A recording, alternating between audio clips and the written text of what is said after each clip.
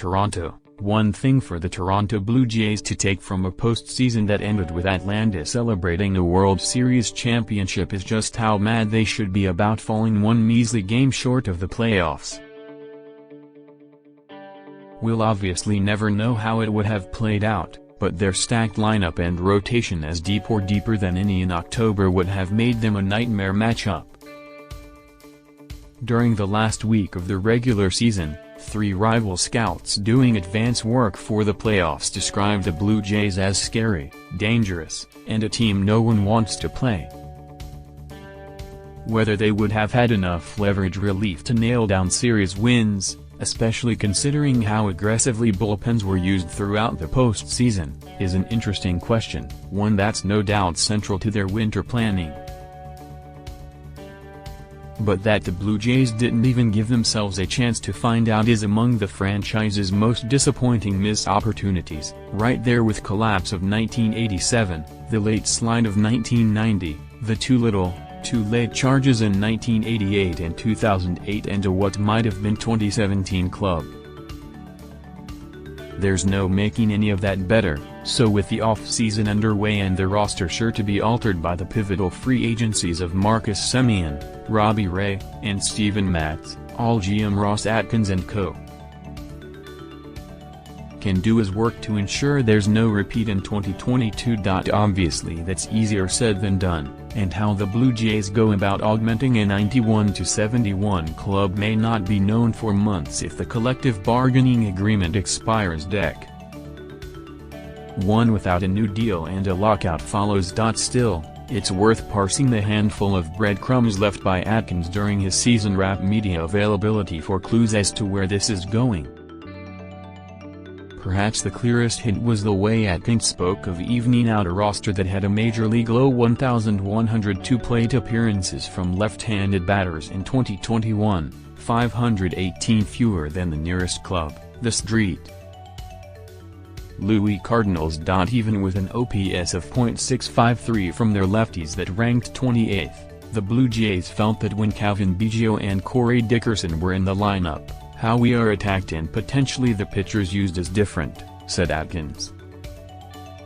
We feel it's important to have balance and not just the same type of hitters up and down your lineup, so some players that are more batting average driven and some players that are more on base driven with plate discipline, he added.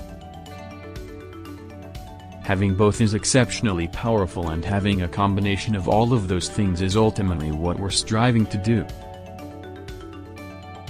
Speculate away on names. Switch-hitting Cleveland third baseman Jose Ramirez will be a regular in the grist, especially since the Blue Jays made a run at him at the deadline, but the clearest ways for them to get more left-handed is at second and third base and in the outfield. Biggio could be part of that solution, but barring some sort of transformative trade, this is probably where the bulk of the work happens. Not only did Semien, Ray and Matz combine to give the Blue Jays 13.3 WAR, as calculated by Fangraphs, but they also did it for $31 million. So, what they're trying to replace is not just their production, but also their financial efficiency. That's why it's highly unlikely all three are back. Both Semien and Ray are in line for 9-figure contracts, while Matz will be coveted in the mid-tier starter market. To re-sign all three, the Blue Jays will likely need to burn through most of their available payroll, and that on its own isn't making them better. To that end, a comment from President and CEO Mark Shapiro is instructive about the team's thinking. I'm not a believer that you have to sign anyone back. I'm a believer that you have to get better. And as I sit down with Ross and sit in on our meetings or preparation, there are multiple ways for that to happen. We'll have the resources to do it, both in young talent that we could trade and in payroll. So, it may not be the exact same shape and form, but we're going to get better and find a way to do it. In other words, no blank checks for anyone. And, reading between the lines, the Blue Jays could be looking at replacing lost production by potentially upgrading multiple spots and taking a collective gain, rather than a concentrated one. So, does that mean no major signing like a Yoon-Jin Ryu or a George Springer? Not necessarily, although it's worth noting that Atkins hinted at a Springer type of move after the 2020 season when he said the Blue Jays could seek impact condensed in one player, which translates into English as a star-caliber talent. This time around, there were no similar clues, although that could also be the Blue Jays simply trying to be opaque. They should be getting ownership approval of their final payroll number in the next couple of weeks, and they're expecting a bump on their estimated 2021 total of $140 million, so they'll have some money to work with. But it's worth noting that both Shapiro and Atkins raised the possibility of making trades, the former mentioning prospects and the latter adding that, sometimes it may take an addition by subtraction. We haven't done much of that, Atkins continued. We haven't subtracted from our major league teams. We have to be open to all avenues.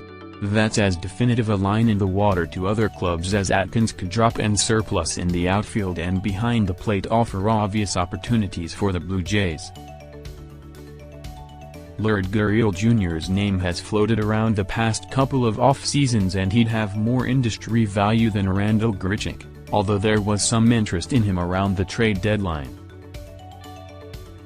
Behind the plate, Danny Jansen closed out the season looking more like the hitter he was throughout his minor league career, and perhaps that opens a pathway to trading Alejandro Kirk, whom the Pittsburgh Pirates targeted ahead of the 2020 deadline.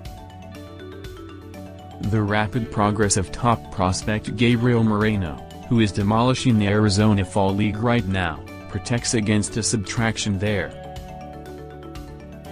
The trade of Austin Martin and Simeon Woods-Richardson for Jose Barrios showed that the Blue Jays, for the right player, are also willing to surrender upper-tier minor league talent, and they still have plenty of that. Alek Manoah's sooner-than-expected emergence really saved the Blue Jays' heinies last summer, and they'll need more candidates from within to again supplement the program. The top candidate in that regard is Nate Pearson, who's spun his wheels the past 2 seasons due to both health and performance reasons, and could potentially be used akin to the way the Tampa Bay Rays handled Luis Patino, who logged 77.1 innings over 19 games, 15 of them starts in the majors, with 29. One more in the minors. Beyond Pearson is an interesting group of AAA starters that includes Thomas Hatch, Anthony Kay, and 3 arms that must be added to the 40-man roster to protect them from the Rule 5 draft: Zach Logue, Baldwin Francis, and Joey Murray. The club will be counting on someone to emerge from that group into a rotation piece. On the position player side, Moreno's timeline is speeding up, and notable is that as he recovered from a fractured thumb, he did a lot of work at third base at the player development complex, said farm director Gil Kim.